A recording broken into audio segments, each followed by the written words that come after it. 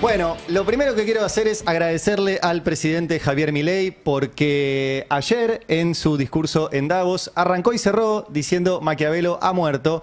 Y no son muchas las oportunidades que tenemos en los medios de comunicación de tener la excusa para dedicarle un rato a Nicolás Maquiavelo. Y recontra vale la pena, primero porque no solo no ha muerto, no ha muerto en términos literales, obviamente está muerto hace 600 años Maquiavelo, pero no ha muerto en términos de la potencia que tiene la obra de Maquiavelo, el pensamiento de Maquiavelo, y uno de los personajes más importantes de la humanidad, y no estoy exagerando, o sea, Maquiavelo es, para los que pasamos por la facultad y estudiamos ciencia política, uno de esos famosos padres fundadores de la ciencia política. Pero es mucho más que eso, o sea, porque es un personaje histórico muy relevante del siglo XVI, un tipo que era funcionario público, un tipo muy preocupado no solo por los problemas de su época, sino por el estudio de la historia, un tipo que formaba parte de la discusión política, un tipo que era funcionario público, un tipo que fue perseguido por ser funcionario público, y un tipo que dejó no solo textos, sino discusiones y planteos sobre lo que es la política y sobre todo sobre un eje fundamental de la política que ha sido muy bastardeado y que ha tenido muy mala prensa, que es el conflicto en la política, más que interesantes, y que básicamente dice todo lo contrario a lo que dice Milei que dice, y dice todo lo contrario a lo que hace Milei. Entonces, la verdad que vale la pena y de vuelta gracias al presidente, porque en general tenemos que hablar de noticias y qué sé yo, y por ahí no le podemos dedicar un tiempo a esto, y es bueno que podamos volver a leer a los clásicos y que nos ayuden a pensar lo que está pasando. Porque hay mucho, y yo de hecho aproveché y saqué de toda mi biblioteca, que acá la traje, mi pequeña biblioteca maquiaveliana, con los textos de Maquiavelo, que como verán son un montón, y es interesante porque, este es otro, pero El Príncipe, que es el que mal cita Milei, es apenas este chiquitito que tengo acá, y ni siquiera es este, porque este tiene un comentario introductorio, arranca recién acá. Y después hay un montón de otras cosas que escribió, ven que es bastante la diferencia, que vale la pena que repasemos, y las voy a usar para hablar del presente. Esto no va a ser una clase de ciencia política, que además estoy muy lejos de poder realizar, sino una oportunidad que nos ha dado el presidente de retomar a este pensador para pensar la actualidad. Si no lo escucharon, quiero que empecemos con eso, con Milei ayer en su apertura en el discurso de Davos ante los ricos del mundo, y en un Davos que era muy mirado, no tal vez lo que decía Milei, pero muy mirado porque iba a estar Donald Trump, y estuvieron todos los líderes europeos muy preocupados y respondiéndole a Donald Trump por sus intenciones de quedarse con Groenlandia y todo lo que está haciendo. Y Milei arrancaba su discurso así. Estoy aquí frente a ustedes para decirles de modo categórico que Maquiavelo ha muerto. Durante años se nos deformó el pensamiento, presentándonos un falso dilema al diseñar políticas públicas donde se debía optar entre la eficiencia política en contraposición al respeto de los valores éticos y morales de Occidente. La oposición entre las dimensiones de eficiencia y justicia es falsa y errónea. Esto es, lo justo no puede ser ineficiente, y lo es eficiente justo. Y es que en la perspectiva del análisis dinámica, justicia y eficiencia son dos caras de la misma moneda. Solo los principios éticos subyacentes en la cultura occidental pueden servir como criterio de eficiencia a la hora de tomar decisiones en materia de políticas públicas. Bueno, yo les juro que yo traté, y no solo escuché el discurso, sino que lo volví a releer, e intenté, como hacía en la facultad, tratar de hacer un cuadro sinóptico con qué quiso decir Milei. Es muy difícil porque los discursos de Milei no tienen conectores. Él dice, esto es así, esta otra cosa es así, no los conecta y saca una conclusión. Con lo cual es muy difícil establecer un cuadro sinóptico de un pensamiento lógico, simplemente son cosas sueltas con las que Milei justifica algo que no tiene justificación, y que es, según lo que él planteó ayer, dice, hay que salvar Occidente, para salvar al Occidente hay que tener determinados valores éticos. Esos valores éticos son los de el capitalismo de libre empresa, que es el único, no solo eficiente, sino justo. Eso es un poquito lo que Milei les trató de explicar ayer a los líderes europeos y a los ricos del mundo, ayer ahí.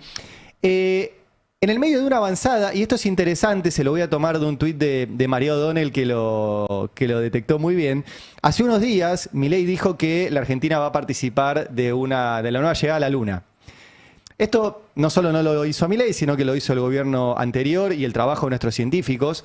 Pero además en el comunicado donde informaron esto, si lo podemos mostrar, abajo de todo dice que como tenemos que gastar en ciencia para llegar a la Luna, lo cual está buenísimo, vamos a recortar, si podés ir abajo de todo, se van a cortar recursos innecesarios en áreas sociales y politológicas.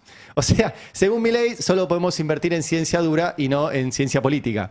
Lo cual, vuelvo a citar a María O'Donnell, está bueno porque lo que se ve que quiere es que nadie lea a Maquiavelo de verdad y pueda desmentir las barbaridades que dijo Milei sobre Maquiavelo.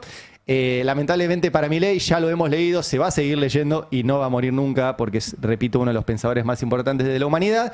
Y esto efectivamente está pasando y por eso voy a ir y volver a la actualidad. Hoy hay una nota, de hecho la nota que abre el Destape de Eugenia Rodríguez, mostrando cómo otro hito libertario, salario docente universitario, cayó a su peor nivel en 2 décadas. Entonces, no solo quiere recortar el presupuesto para que no hablemos de política y del estudio de la política, sino que ya lo está haciendo y los docentes que tienen que enseñar esto están cobrando salarios de miseria.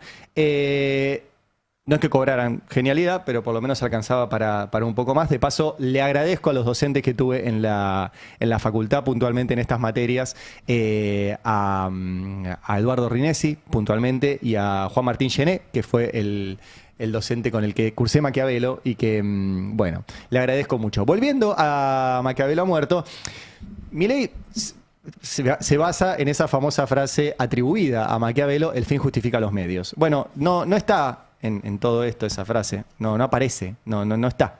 No, Maquiavelo no escribió eso. Es una hermosa malinterpretación para después, y ahora les voy a mostrar, transformar cualquier cosa vinculada a Maquiavelo en un insulto.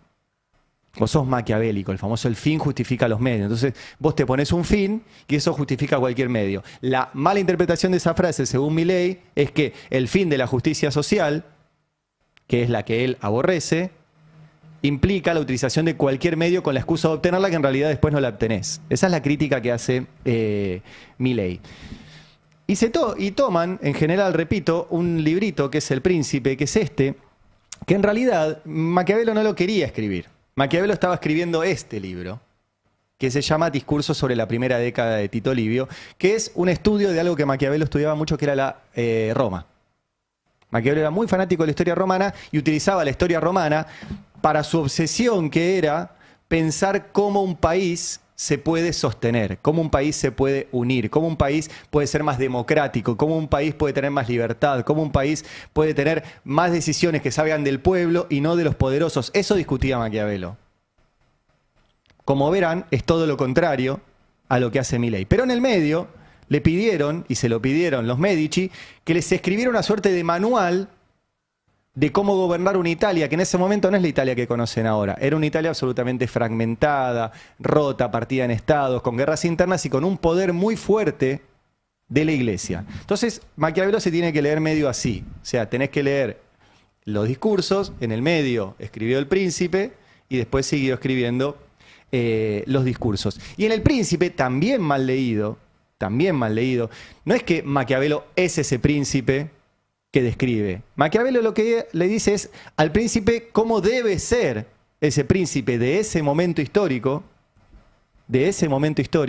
porque después hay otros príncipes. Después Gramsci escribe sobre el príncipe moderno, que son los partidos políticos. El príncipe es la figura del Estado.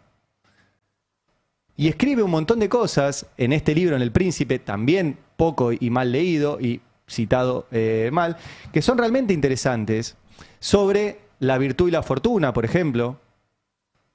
La virtud, dice Maquiavelo, y la fortuna es que hay cosas que te suceden, por ejemplo, un incendio como tenemos ahora, Pero cuando te sucede por primera vez, es culpa de la fortuna, dice Maquiavelo en uno de los históricos capítulos de este príncipe. Ahora, si te sucede todos los años y no haces nada, ya no es culpa de la fortuna, fue culpa tuya, porque no tuviste la virtud de prevenirlo. Maquiavelo lo hace con el ejemplo de un río, que se te inunda o no, y era una de las cosas que Maquiavelo intentó solucionar como funcionario público con su amigo Leonardo da Vinci, con el que eran muy amigos y compinches y trataban de solucionar estas cosas.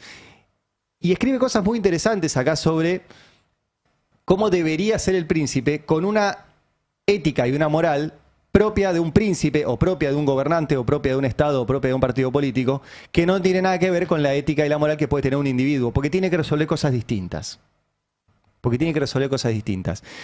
Y hablaba mucho Maquiavelo, y ahora voy a este otro libro que es para mí el más interesante. Después tiene más, tiene este que se llama El arte de la guerra, porque como era funcionario público y la Italia de ese momento estaba muy en guerra, él escribía sobre esto y su vínculo con Da Vinci también venía a la hora de la producción de artefactos de guerra. Tiene textos literarios.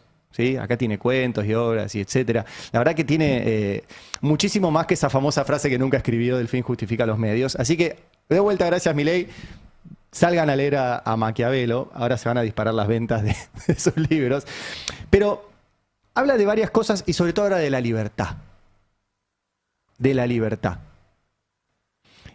Que es la palabra que eligió Milei.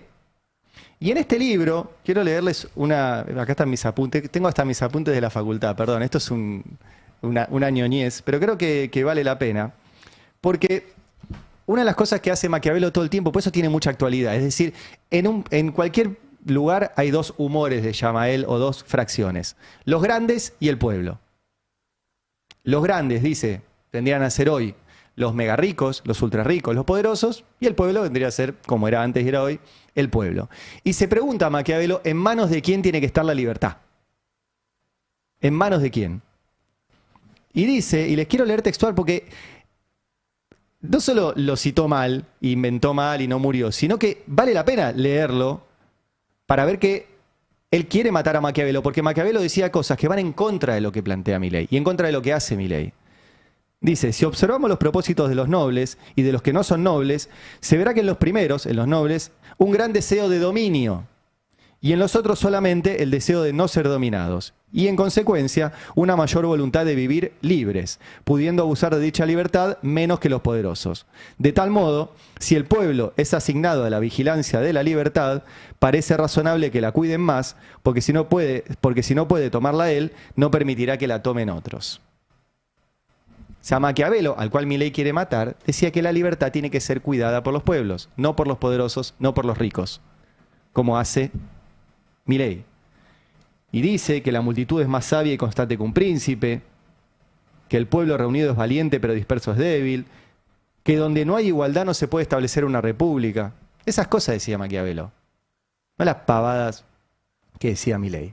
Ahora, ¿por qué? Y vuelvo a esto del inicio de Milei, que decía la única ética posible es la ética del capitalismo, de libre empresa, porque es justo, y etc. Maquiavelo no solo era un hombre de Estado, sino que se peleaba con las corporaciones de su momento. ¿Sí? Con los Elon Musk de su momento. Con los grupos Clarín de su momento. Y las corporaciones de ese momento era una corporación puntual que era la Iglesia. Y toda la discusión de Maquiavelo, por lo cual ha sido absolutamente demonizado a lo largo de toda la historia, es decir que está todo bien con la moral y la religión que vos quieras tener, pero cuando vos llegás a ser gobernante, no podés regirte por una moral o por una religión particular, sino que tenés que tener una religión específica, una moral específica, que es la moral de ser gobernante, que es distinta a, en ese momento discutía, la ética judeo-cristiana, que es la misma que mencionó Milei ayer. Dijo, la única ética que va a salvar al planeta es la ética judeo-cristiana. Y Maquiavelo decía, no, pará, esa es tu ética. Pero si vos llegás a gobernante, vos tenés que tener otra ética. Y eso lo hacía pelear con la Iglesia. Porque ¿qué decía la Iglesia? Los gobernantes tienen que hacer lo que yo diga. Los reyes le ponían la corona los papas le ponían la corona en la cabeza a los reyes, ¿se acuerdan? Y eso tiene mucha actualidad, porque ahora los poderosos le ponen el bastón de mando en la mano a los presidentes. Es muy importante ver esto. Milei es un tipo puesto ahí por los poderosos de hoy. Donald Trump es un tipo puesto e impulsado ahí por los poderosos de hoy. Y Maquiavelo, al cual Milei quiere matar, discutía con los poderosos de su tiempo, que era la iglesia. Y decía, y esto también se los quiero leer porque está buenísimo, disculpen la ñoñese, pero yo creo que tiene mucha actualidad. Dice, no habiendo sido entonces tan poderosa la iglesia como para poder ocupar Italia, y no habiendo permitido que otro la ocupara, ella ha sido la causa de que Italia no haya podido unirse bajo un jefe, y ha estado bajo varios príncipes y señores, surgiendo así tal desunión y tal debilidad que ha llegado a ser presa no solamente de los poderosos bárbaros, sino de cualquiera que la asalte. Eso, nosotros los italianos, se lo debemos solamente a la iglesia y nadie más. O sea, decía Maquiavelo, el Papa, la iglesia, no logra gobernar Italia, pero entonces se dedica a hacer que nadie la pueda gobernar. Si ustedes lo traen acá, por ejemplo, yo siempre puse el ejemplo, el Grupo Clarín nunca pudo gobernar el país, pero siempre tuvo el poder para impedir que otros lo gobiernen. Y eso se traduce hoy a cualquier corporación. Maquiavelo hablaba de eso, de que las corporaciones no tienen que manejar los países. A diferencia de Milei y de Trump y de todo lo que está sucediendo hoy. Y después, la cuestión de la moral. La moral que Milei dice es la base de todo, y estamos en una discusión moral, y la única ética que tiene que haber es la del capitalismo de libre empresa. De vuelta, Maquiavelo no decía que no tenía que haber moral. Lo que sí decía es que tenía que haber una moral basada en las personas. Que el presidente no tenía que ser un presidente de su propia ética y de su propia ideología, en este caso la de Milei, el anarcoliberalismo, sino que tenía que tener una vinculación directa con las personas. Y acá no voy a citar a Maquiavelo, sino a este librazo que les recomiendo mucho, que se llama Política y Tragedia, de Eduardo Rinesi, que además tiene que ver también con la actualidad porque analiza a Hamlet entre Maquiavelo y Hobbes. Y Hamlet, curiosamente, sucede en Dinamarca, ¿se acuerdan? Algo huele mal en Dinamarca, que es la que está ahora en disputa con Estados Unidos por Groenlandia, así que todo tiene que ver con todo. Y acá, en este librazo de Rinesi, que se lo súper recomiendo, él explica cuál es el concepto de moralidad que tenía Maquiavelo. Y dice, lo que hay en Maquiavelo en realidad es una moralidad de orden superior, verdaderamente interesada en los hombres reales y concretos que habitan la historia. Y que esa moralidad puede estar verdaderamente interesada en esos hombres reales y concretos precisamente porque no está obsesivamente preocupada por los principios. Fíjense lo actual que es. O sea, tenemos un presidente obsesivamente preocupado por unos principios de una secta económica, que es esa economía austríaca que tanto cita. Y ayer que citó a Huerta de Soto, a Rothbard, a Murray, a toda esa banda, que son unos principios absolutamente obsesivos que nunca nadie le prestó atención porque no tienen ningún sentido. Y esa moral que Milei pretende decir que es superior, lo que hace es dejar afuera a los hombres y mujeres concretos que habitamos el planeta. La verdad que, disculpen si fue una sección muy ñoña, pero creo que vale la pena pensar lo que quiso decir Milei, lo que está haciendo Milei, porque además él trajo a Maquiavelo con el cual abrió y cerró su discurso de ayer, y por qué los sectores poderosos de la historia transformaron el apellido de Maquiavelo en un insulto. ¿Viste? Ese ser es maquiavélico, decían, como si fuera un ser temible, un ser, un rosquero que estaba pensando cómo hacerte mal. Y ojalá hubiera más maquiavélicos, ojalá hubiera más maquiavelianos, que pensaran en una república duradera, estable, donde la libertad estuviera controlada por el pueblo, no controlada por las corporaciones, donde el conflicto fuera la base de las mejores leyes. Decía Maquiavelo en este libro que las mejores leyes de la República Romana surgieron del conflicto que había ahí. Porque no se trata de que una ley destroce a un sector, sino que se trata de, entre todos, entre ese conflicto, lograr las mejores leyes. Y eso lo decía acá. Y lo transformaron en un insulto, con un gran trabajo de la Iglesia, que tenían este tipo, que era un hombre de Estado potente, un tipo que decía, no tienen que hacerle caso a lo que les digan desde el Vaticano. Tienen que hacer buenos gobiernos, pensando en la gente, pensando en los hombres y mujeres concretos, en lo que pasa acá. No en su propia ética, en su propia moral, en su propia ideología, sino pensando en lo que pasa acá. Así que yo propongo Maquiavelo 2027. Por eso le pusimos el editorial acá. Y les propongo, ojalá que vayan a leerlo, porque realmente recontra vale la pena. Y sobre todo porque después eso tiene efectos concretos. Esta contrariedad de Milei con Maquiavelo tiene efectos concretos. Ayer también en Davos aprovechó no solo para inventar que Maquiavelo murió, sino para decir que su gobierno en la Argentina es absolutamente maravilloso. Mirá. Más allá de los enormes logros que hemos mostrado durante esos años de gestión, extirpando un déficit fiscal de 15 puntos del PBI, bajando la inflación del 300% al 30%, reduciendo el riesgo país en 2.500 puntos básicos y haciendo crecer la economía, mientras que la pobreza bajó del 57 al 27%, llevando políticas públicas guiadas por valores éticos y morales. Me gustaría entonces hacer foco en el caso del Ministerio de Desregulación, o como lo llamamos puertas adentro, el Ministerio de los Rendimientos Crecientes. Dicho ministerio está inspirado en la evolución del PBI per cápita desde la era cristiana, el cual tiene la forma de un palo de hockey. Esta figura surge del hecho de que hasta el año 1800 el PBI per cápita es casi constante y a partir de ahí se multiplicó por 15 veces. Bueno, ese le dedicó un rato a decir que en la Argentina todo funciona bien. No se los tengo que explicar yo. De hecho, volviendo a Maquiavelo, tiene una frase que es buenísima que dice: los pueblos se engañan al juzgar generalmente las cosas y sus circunstancias. Y después, cuando las conocen en particular, el engaño desaparece. O sea, el pueblo argentino votó a Milei por determinada circunstancia. Pero Milei le sigue diciendo que anda todo fenómeno y ya después, cuando conoce las cosas en particular, ese engaño desaparece. Porque no anda todo fenómeno. Porque hay cada vez más despidos, porque el sueldo no alcanza, porque las industrias se están cerrando, porque los comercios como las industrias cierran y la gente no tiene también guita, cierran, porque hay menos consumo, porque cae el consumo de alimentos.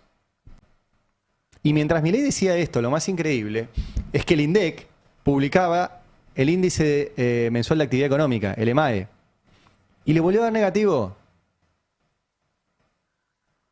Digo, para ir y volver, porque esto es Davos, Milei, Maquiavelo, el laburo nuestro es cruzar las cosas. Ayer, mientras Milei decía que la Argentina andaba fenómeno, le volvió a dar mal la variación interanual del índice de actividad económica, o sea, cayó la economía, según el INDEC de Milei. Y en casi todos los sectores, mirá, poné la otra placa de los sectores económicos, porque es durísimo. Y sobre todo en sectores que generan mucho movimiento, como la industria manufacturera, que es el último que está, hay una caída del 8,2%. Caída en construcción. Y lo único que sube es la intermediación financiera y los impuestos, para sostener ese MAE que igual les da negativo. Entonces, ese Ministerio de la Desregulación que celebra Milei es, volviendo a Maquiavelo, el Ministerio de las Corporaciones, que son las que se están quedando con la garantía de la libertad, cuando en realidad tendría que estar en otro lado. Por eso, repito, vale la pena que lo vayan a leer. Ese es el capítulo Milei. Pero Milei estaba en Davos y habló después que Donald Trump.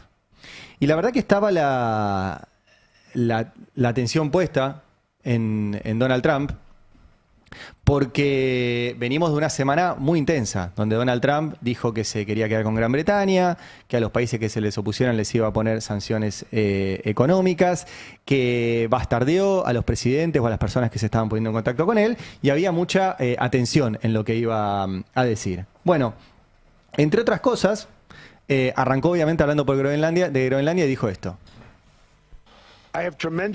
Tengo un gran respeto por el pueblo de Groenlandia y el pueblo de Dinamarca.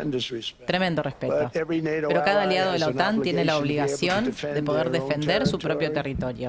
Y el hecho es que ninguna nación o grupo de naciones está en posición de poder asegurar Groenlandia, que no sea Estados Unidos.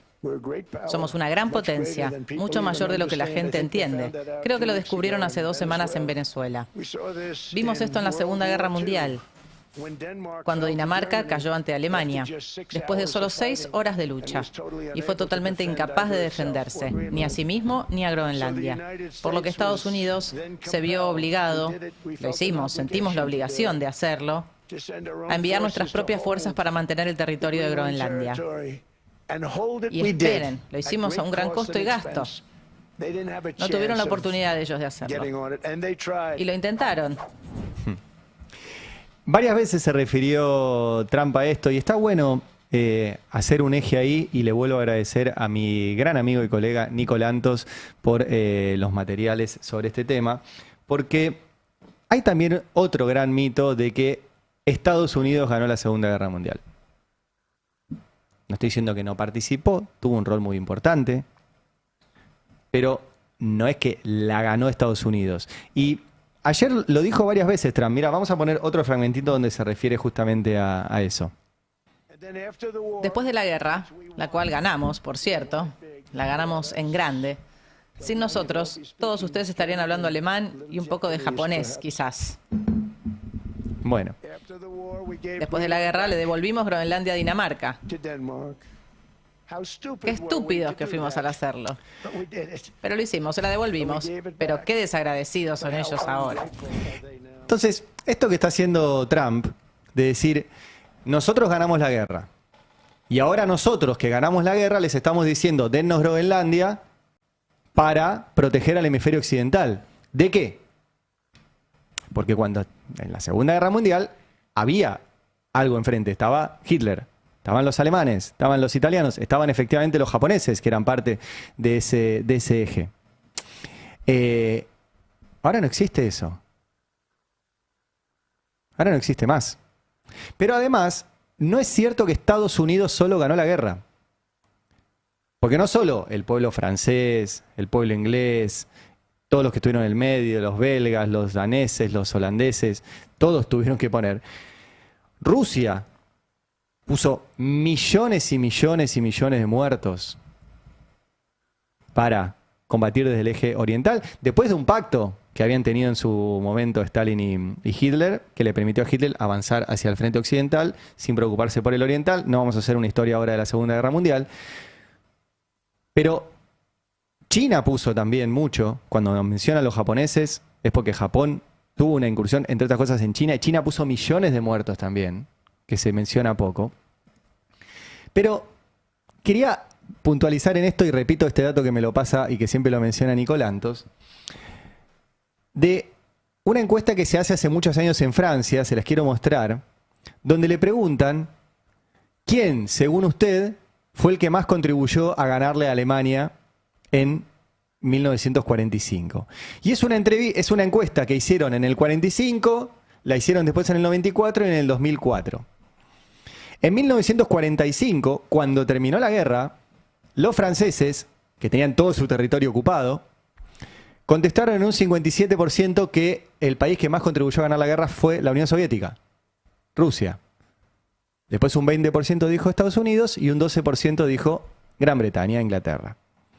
En el 94, o sea, 50 años más tarde, eso se invirtió. Ya solamente el 25% de los franceses consideraba que Rusia había contribuido a ganar la guerra, había sido el que más contribuyó, y ya el 49% decía que había sido Estados Unidos. Y en el 2004, ya 60 años después, apenas el 20% de los franceses creía que Rusia fue el que más contribuyó a ganar la guerra mundial, y el 58% pensaba que Estados Unidos. ¿Qué hubo en el medio? ¿Cómo se cambió esa percepción? Y les pregunto a ustedes que están escuchando, ¿cuántas películas rusas sobre la Segunda Guerra Mundial vieron? ¿Y cuántas películas de Hollywood sobre la Segunda Guerra Mundial vieron? Estados Unidos se ha dedicado durante todo este tiempo, entre tantas cosas, a distribuir su versión de la Segunda Guerra Mundial, donde ellos fueron los únicos que desembarcaron en Normandía y derrotaron a Hitler. Y no hubo rusos, no hubo canadienses. Los canadienses pusieron mucho de la primera línea de Normandía. Pues ustedes, si vieron Rescatando al Soldado Ryan, una gran película, ven que los que van adelante los liquidan a todos. Bueno, fueron soldados de muchos países a Normandía. Y los que iban adelante en general eran de otros países a los cuales los pusieron como carne de cañón para que después entrar los estadounidenses. Entonces, Estados Unidos tuvo una participación importante, tuvo que vivir lo de Pearl Harbor, hubo un montón de cosas. Pero esta percepción que cambió, fíjense lo notable, tiene que ver con borrar de la historia a los demás y ponerse como los únicos triunfadores de esa guerra y los únicos salvadores del mundo frente al mal, que era Hitler. Y ahora pretende Donald Trump decir, si no fuera por nosotros, ustedes hablarían alemán o japonés. Que es un poco, de paso, ya que estoy recomendando libros, les recomiendo un libro, en este caso de ciencia ficción, que se llama El hombre en el castillo, de Philip Dick, uno de los grandes autores de ciencia ficción. Se hizo una serie también, que en alguna de las plataformas se puede ver, en donde es una distopía, donde efectivamente Alemania gana la guerra y Estados Unidos se lo divide en Japón y Alemania. Pero es una distopía de Philip Dick. No pasó, y Trump ayer diciendo, bueno, si no fuera por nosotros hablarían alemán y japonés. Bueno, si no fuera por Estados Unidos, por los canadienses, por los brasileros, por los franceses, por los daneses, por los rusos, por los chinos, tal vez estaríamos hablando, o hablarían en Estados Unidos, alemán o japonés. Pero ahora se propone ser el gendarme del mundo. ¿Qué es lo que quiere decir? Dice, denme Groenlandia que yo los voy a proteger. Vamos a escuchar un poquito más de Trump ayer en Davos. Salvo que nosotros le pagamos a la OTAN y la hemos pagado durante muchos años. Hasta que yo llegué, en mi opinión, pagamos al 100% de la OTAN. Porque ellos no estaban pagando sus cuotas. Y lo único que estamos pidiendo es obtener Groenlandia. Incluido el título legal y la propiedad, porque se necesita la propiedad para poder defenderla. No se puede defender algo bajo un arrendamiento. Ese es el primer punto. Legalmente no es defendible. De esa manera, en absoluto. Y el segundo punto psicológico. ¿Quién demonios quiere defender un contrato de licencia o un alquiler? Que además es un enorme bloque de hielo en medio del océano, donde si hay una guerra, gran parte de la acción tendría lugar precisamente en ese pedazo de hielo. Piénsenlo, esos misiles estarían volando justo por encima del centro de ese bloque de hielo. Entonces, queremos un pedazo de hielo para la protección mundial. Y no quieren entregarlo. Nunca pedimos ninguna otra cosa. Y podríamos habernos quedado con ese pedazo de tierra. Pero no lo hicimos. Entonces, tienen una opción. Pueden decir que sí, y se lo agradeceremos mucho. O pueden decir que no, y lo recordaremos. O sea que el tipo dice, yo soy el único que los puede defender frente a un mal. Necesito Groenlandia para eso. Lo justifico porque yo gané la Segunda Guerra Mundial.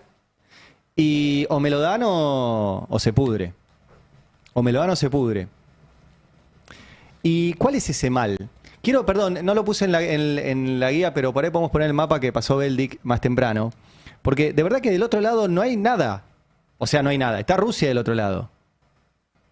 Pero no estamos en un momento donde Rusia está en una política expansionista, invadiendo países y tratando de quedarse con el mundo. Hay un quilombo en Ucrania, no me voy a meter ahí, pero hasta incluso el origen de este último tramo del quilombo en Ucrania era que no cumplió la OTAN en no acercarse hacia la frontera rusa como habían pactado en su momento.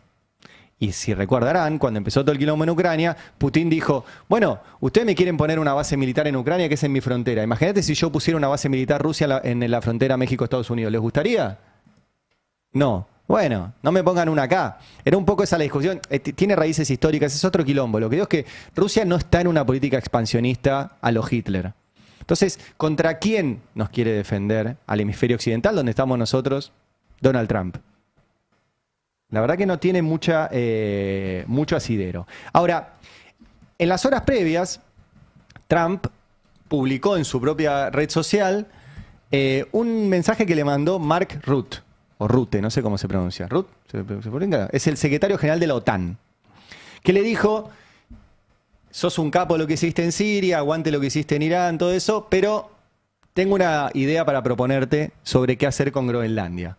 Bueno, ayer dijeron que se reunieron, acá está, el presidente Donald Trump, este es un tuit de la Casa Blanca, y se reunió con Mark Rutte, el secretario general de Naciones Unidas, y que iban a hablar de Groenlandia, ¿sí? Y después hubo otro tuit donde dicen, Tras la reunión muy productiva con el secretario general de la OTAN, Mark Rutte, hemos establecido el marco para un futuro acuerdo con respecto a Groenlandia y, de hecho, a toda la región ártica. Esta solución, de concretarse, será muy beneficiosa para Estados Unidos y todos los países miembros de la OTAN.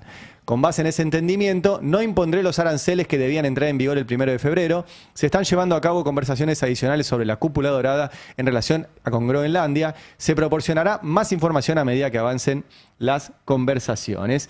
O sea que dice Trump que llegó él a un acuerdo que no dio detalles con el secretario general de la OTAN y también lo dijo en una, creo que esto es una conferencia de prensa o algo que dio después. Vamos a escucharlo. Es un acuerdo a largo plazo. Es el acuerdo a largo plazo definitivo.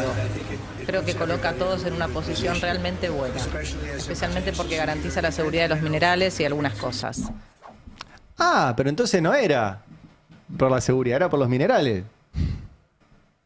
¿Cómo minerales? ¿Dijo minerales? Ah, mirá vos. Mirá vos. Bueno, todavía no se sabe los términos de ese acuerdo al que dice haber llegado con el secretario general de la OTAN y ni hablar qué posición van a tener los países europeos, a los cuales ha basureado toda la última semana. Países que, como comentábamos ayer, han sido beneficiarios de estar bajo el ala de la protección estadounidense en este supuesto reparto del mundo donde Estados Unidos es el garante del hemisferio occidental. Y han sido partícipes de todas las intervenciones estadounidenses en distintos puntos del planeta como si fuera el gendarme del planeta durante todo el siglo XX y entrado el siglo XXI. Y ahora, de repente, Estados Unidos se quiere quedar con un cacho de ellos. Y ahí dice, ah, no, eso no. Por eso hay que ver cómo sigue esto, porque la hipocresía europea es muy grande. Porque hace 15 días Estados Unidos decidió hacer lo que se le cantó en Venezuela. Y no dijeron nada. Ahora quiere hacer lo que se le canta en Groenlandia y saltaron todos. Me parece bárbaro que salten por Groenlandia. Pero son los que han avalado lo que sucedió en el resto del planeta. Y Trump, de hecho, ayer se calificó a sí mismo como un dictador. Mírenlo. Dimos un buen discurso, recibimos muy buenas críticas. No puedo creerlo, recibimos buenas críticas por ese discurso. Normalmente dicen, es una persona horrible, como un dictador. Soy un dictador, a veces se necesita un dictador. Pero en ese caso no dijeron eso. Y no, es sentido común, todo se basa en sentido común. Bueno, soy un dictador, dijo. Es interesante también cómo las cuestiones discursivas han ido traspasando, ¿no? El umbral de lo posible. Era raro que alguien se calificara dictador. Videla no se llamaba a sí mismo dictador. Y era un dictador. Y Trump dice, no, sí, yo soy un dictador. Todo bien. Como que está se está corriendo el umbral de lo que está validado en el discurso público. Obviamente no hay que validarlo y hay que ponerle un freno, pero el tipo se plantea así. Y ayer, además, volvió a apretar. El discurso fue muy largo, pero yo creo que vale la pena que vayamos desgranando punto por punto las cosas que dijo y ahora conversarlas con la mesa, porque ayer volvió a maltratar a la Unión Europea. Recuerden que en las últimas horas, Emmanuel Macron, el presidente francés, le mandó un chat a Donald Trump y Donald Trump lo publicó. En ese chat, Macron le decía, es genial lo que hiciste en Siria, vamos a hacer cosas buenísimas en Irán, pero charlemos lo de Groenlandia, che, te está yendo de mambo. Y Trump se lo publicó en su red social, o sea, una falta de respeto y un maltrato público brutal. A lo cual Macron, en su presentación en Davos, salió a decir, bueno, queremos que vengan inversiones chinas a Francia. Como una respuesta un poquito, pero bueno, la verdad que quedó muy mal. Macron. Y ayer Trump le contestó a Macron de esta forma, mirá. Le dije, Manuel, vas a tener que subir el precio de ese medicamento a $20, quizás 30. Piensen en eso, eso significa duplicar, es una duplicación en drogas de prescripción. ¿Podría ser una triplicación o cuadruplicación? No es fácil. No, Donald, no haré eso. Le dije, sí, lo hará 100%. Me dijo, no, me estás pidiendo que duplique. Le dije, Manuel, has estado aprovechándote de los Estados Unidos por 30 años con las drogas de prescripción. Deberías hacerlo y no tengo duda de que lo harás. No, dijo. El asunto es este, Manuel. La respuesta es que lo harás y lo harás rápido. Y si no lo haces, le pondré un arancel del 25% a todo lo que vendas a los Estados Unidos y un arancel del 100% a tus vinos y champagnes. Y eso es como 10 veces más de lo que estoy pidiendo. Entonces lo harás. No quiero hacerlo público, pero tal vez me obligues a hacerlo. No, Donald. Lo haré. Lo haré. Me toma en promedio 3 minutos por país. Dicen lo mismo. Todos dicen, no voy a hacerlo. Me estás pidiendo duplicar el precio de las drogas de prescripción. Yo digo, así es, porque se han aprovechado de nosotros durante 30 años. Me toma 3 minutos por país, dijo Trump. Me toma 3 minutos apretar al presidente de Francia para que recule y haga lo que yo quiero. Y lo dice en público, ¿eh? Lo dice así en público. Y ayer, a uno de los presidentes, en realidad primer ministro, que más se le plantó, también lo contestó. En el editorial de ayer mostramos varios tramos y leímos varios tramos del discurso de Mark Carney, ¿sí? El primer ministro de Canadá, que no es comunista, no es socialista, es básicamente un tipo que viene del sistema financiero, un tipo que fue gobernador del Banco de Inglaterra, del Banco Canadiense, laburó en Goldman Sachs 1000 años, es un tipo de ese sistema, del sistema Davos, el sistema del orden financiero global. Y ante esta situación en la cual Donald Trump publica mapas donde Canadá forma parte de Estados Unidos, salió a plantear una palabra importante, que es la palabra ruptura, que se rompió el sistema de normas y de protecciones y de alianzas que regía hasta hoy, con un montón de deficiencias, las cuales reconoció. Dijo, sí, nosotros teníamos un sistema de normas internacionales, pero había algunos que cuando querían no las cumplían. Estados Unidos. Pero bueno, nosotros fuimos parte de eso, fuimos beneficiarios de eso, dijo el primer ministro canadiense, pero eso se terminó. Y no ver que se terminó y tener nostalgia por un sistema que ya no existe, no nos permite enfrentar esto. Y el enfrentar esto, dijo el primer ministro canadiense, nos requiere a las potencias medias, que es Canadá, que es Francia, que es Italia, que es España, que son todos estos países que están quedando, que es Dinamarca, que es Noruega, juntarnos y ver qué hacemos, porque si no, entre Estados Unidos y China, que ahora me voy a referir, se van a repartir el mundo. Se van a repartir el mundo. Bueno, ayer Donald Trump le contestó al primer ministro canadiense. Tanto para la seguridad nacional e internacional y para mantener a raya a nuestros potenciales enemigos sumamente enérgicos y peligrosos, es esta tierra en donde vamos a construir la cúpula dorada más grande jamás construida. Vamos a construir una cúpula dorada que por su propia naturaleza va a estar defendiendo a Canadá.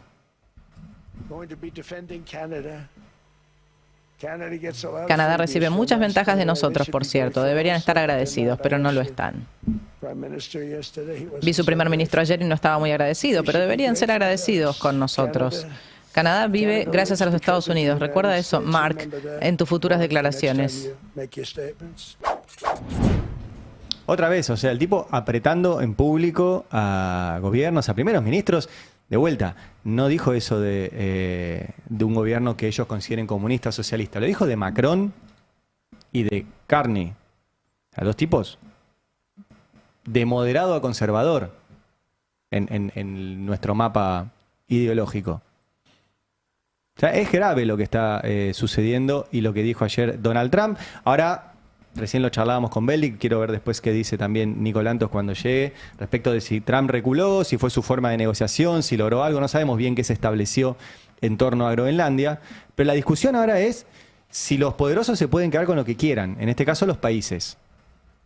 Y países que son gobernados, y vuelvo al inicio, no solo por sus presidentes, sino por las corporaciones económicas y tecnológicas que están aliadas a esos presidentes. Vuelvo a recomendar, y búsquenlo en YouTube, el podcast Estado de Malestar de Nico Lantos, donde todo esto está mucho más explicado.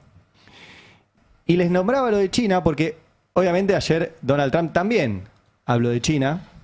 Y ahí frenó, mirá. Siempre tuve una buena relación con el presidente Xi de China. Es un hombre increíble, lo que ha hecho es asombroso y muy respetado por todos. Y sigue así, fue severamente interrumpida por el COVID. Solía llamarlo el virus chino, pero él me dijo, ¿crees que podrías usar un nombre diferente? Y decidí hacer eso. No sé si notaron la diferencia. A Macron dijo, lo sopapeé 3 minutos y le hice cambiar de opinión. Al primer ministro canadiense le dijo, ojo que si no te destrozo. Y al presidente chino le dijo, es un capo. Tengo mucho respeto. Incluso me pidió que deje de decir virus chino y yo dejé de decirlo. En abril, en principio, hay una reunión entre Donald Trump y Xi Jinping que tienen formas obviamente muy distintas, proyectos obviamente muy distintos, pero en un mundo donde se está discutiendo quién es el que tiene la hegemonía, pero sobre todo qué tipo de hegemonía. ¿Qué tipo de hegemonía? Y lo que le pasó a Estados Unidos, y esto lo hemos charlado ya muchas veces acá con Sabino Bacanar Baja, es que ha ido perdiendo en la economía, en las finanzas, en la geopolítica, en las vías transitables, en los lugares donde se discuten cosas muy importantes, que cito otro libro que les recomiendo, Un mundo Made in China, de Gustavo Girado, donde se discuten las patentes, en tecnología. En todo eso ha ido perdiendo terreno con China, en producción, en volumen económico. Entonces está reaccionando frente a eso. Y en abril está esta reunión. O por lo menos en principio hay una reunión.